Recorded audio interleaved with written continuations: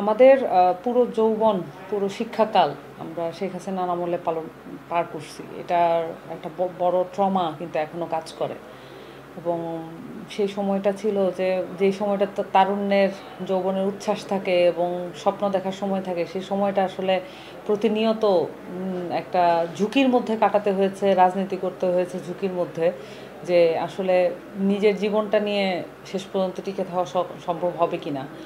এই যেমন আমরা ঝুঁকির মধ্যে ছিলাম, বাংলাদেশের অনেক মানুষই, সব মানুষই ঝুঁকির মধ্যে ছিল। এর মধ্যে দিয়ে যারা বিভিন্ন ধরনের রাজনীতির সাথে যুক্ত, তাদের ক্ষেত্রে আমরা দেখেছি জেল জুলুম জরিমানা এগুলো নেমে এসেছে এবং গুম খুন অত্যাচার এগুলো নেমে এসেছে।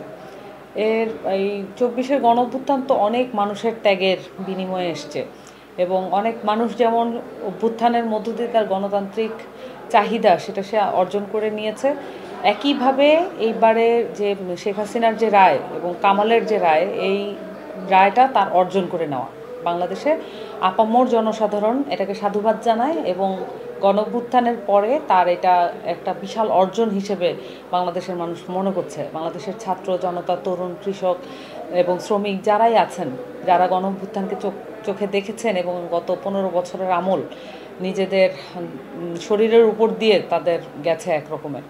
সো এইটা একটা বিষয়। আরেকটা বিষয় হচ্ছে যে এই রায়টা কিন্তু ভবিষ্যতে যে কোনো রাজনীতিবিদের জন্য খুবই মনে রাখার মতো বিষয়, যে এই দেশে আমাদের শাসন কাঠামো যতই স্বৈরতান্ত্রিক থাকুক না কেন, কেউ যদি স্বৈরতন্ত্র কায়েম করতে চায়, ফ্যাসিবাদ কায়েম করতে চায়, তাহলে তাকে অবশ্যই বিচারের মুখোমুখি হতে হবে।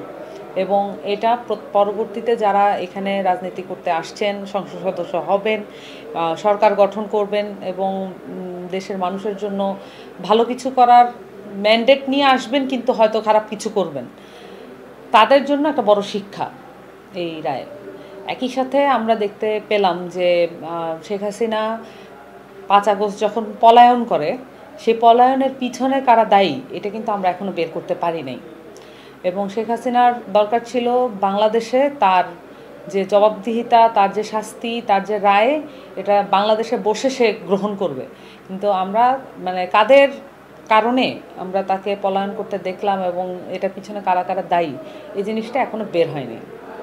এবং আমরা সেটা উন্মুক্ত করার দাবি জানাই, এটা তদন্ত করার দাবি জানাই। একই সাথে শেখ হাসিনাকে আশ্রয় দিয়ে ভারত একটা নিজে যে একটা ফ্যাসিস্ট কান্ট্রি সেটার একটা প্রমাণ দিচ্ছে।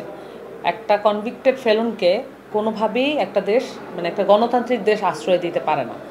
তাকে অবশ্যই শেখ হাসিনাকে রায়ের যে কার্যকর শাস্তি যেটা কার্যকর হওয়ার কথা, সেটা অবশ্যই বাংলাদেশে এসে তাকে গ্রহণ করতে হবে। এবং ভারত সরকারকে অবশ্যই তার ফরেন পলিসির জায়গা থেকে, যদি তারা গণতান্ত্রিকতায় বিশ্বাস করে, তাহলে অবশ্যই শেখ হাসিনাকে বাংলাদেশে ফেরত দিতে হবে।